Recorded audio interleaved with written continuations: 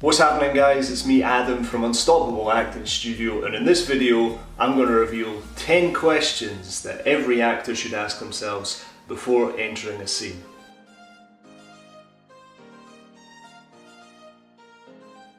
Okay, so basically I'm going to break these down question by question and also mention a bit about why I feel these are important questions to ask yourself as an actor. If you want your own copy of these questions, then stick around to the end of this video. I'll let you know how you can get your own copy at the end. So here we go. So these were shared to me from an acting coach that I used to have. I've always found them really useful, and I found it's a really quick entry point to deciding a number of decisions and choices that you might make as an actor when you're entering a scene.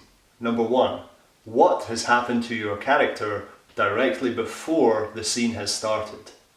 So here's the thing.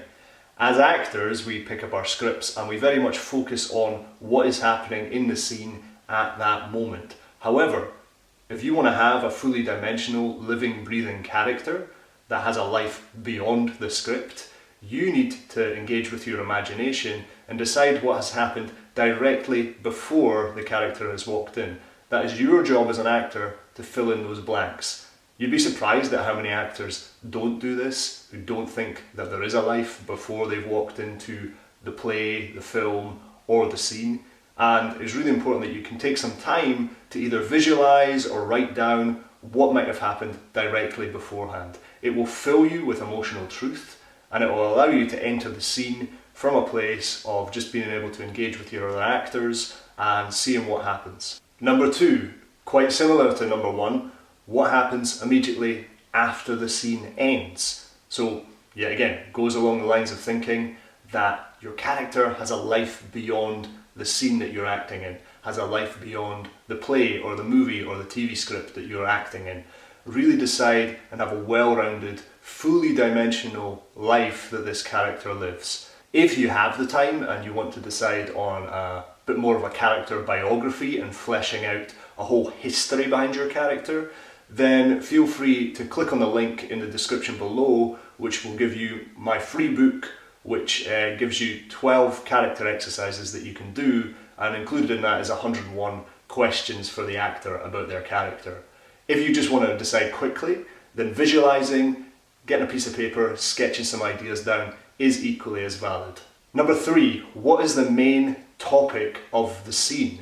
I always like to think of this bit as a little bit of an elevator pitch. If you were in an elevator with somebody and you had about 10-20 seconds to tell them all about what the scene is about, then what would it be in a sentence? This acts as your anchor point to always bring you back to the point of what is important in this scene. Actors that tend to be intelligent people and really want to pick apart very small details that occur within the scene. But if you can boil it down to its main point, what would it be? Number four, what is the biggest problem that your character has? So this boils down to the fact that as actors, we're always in a push and pull scenario. Our characters, they always want something, but there's always something getting in the way of them getting that thing. If they could get the thing they wanted right away, there wouldn't be a play, there wouldn't be a movie, there wouldn't be a TV script. The struggle, the problems, are what is interesting for an audience to watch. So with that instance, it's really important to align with the fact of what is your character's biggest problem that they have to overcome.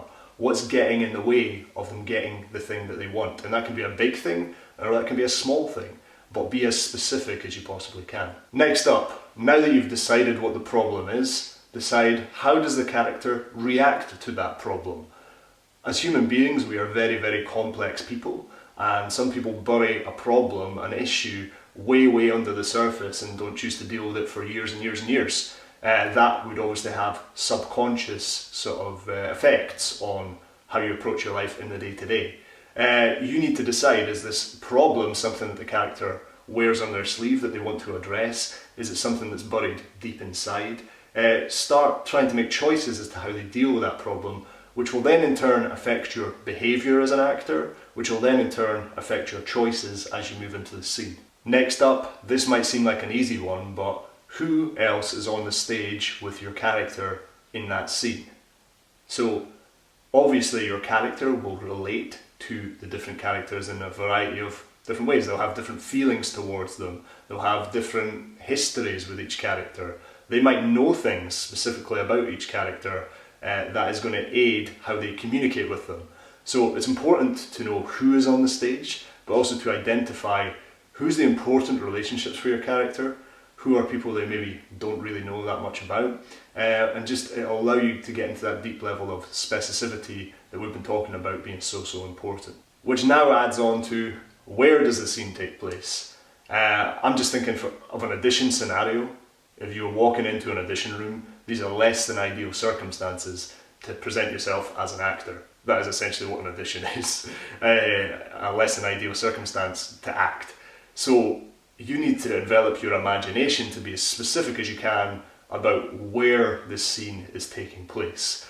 So if you can use your imagination to really pinpoint directly where the scene is happening, that's going to really affect your behaviour, and it's going to really help affect your performance as an actor. So don't sleep on that part. Don't sleep on the fact that where is this taking place? And if in the script it says in a living room, take the time out to draw out in your head what that living room looks like. Place out where the furniture might be. Like I wouldn't definitely not recommend miming it out as you're doing your audition and acting out this scene, but to have it in your head and visualize it in your head, you're going to be a lot more comfortable and confident as that character.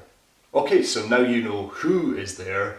The next step is to identify why each of those characters are there. Obviously you'll have a bit of an idea as to why your character has shown up in that scene, but people show up to different parts of their day for many different reasons in life. Why you've shown up in that scene will be very different to how or why the other characters have shown up in that scene.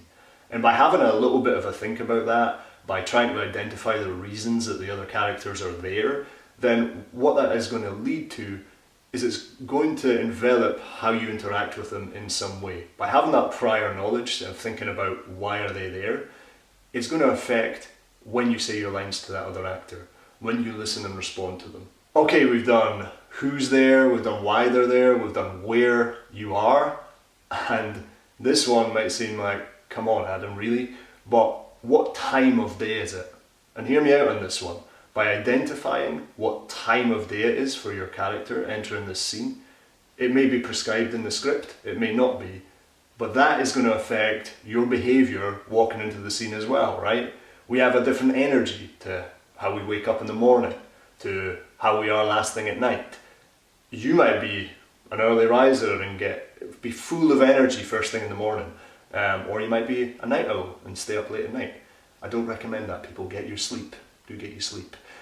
But you need to decide how your character reacts at certain points in the day, and by understanding and pinpointing exactly the time of day that this scene is happening, it's going to affect your behaviour in some way, rather than being in this gaping void of, well, it could be happening at any time of day.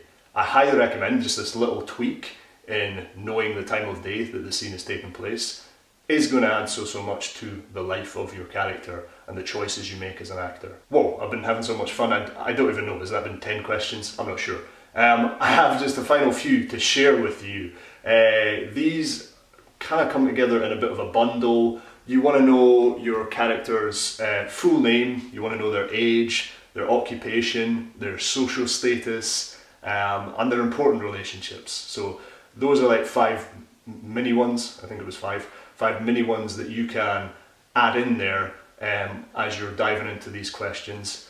And then my final one is to, and perhaps this is the biggest anchor point of all, is to identify the super objective of what your character wants.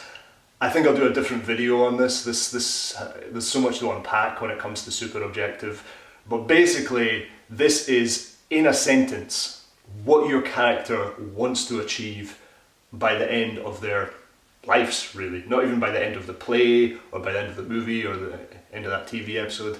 What they want to achieve at the end of their lives. What is their reason for getting up in the morning and living and breathing? Why do they get out of bed?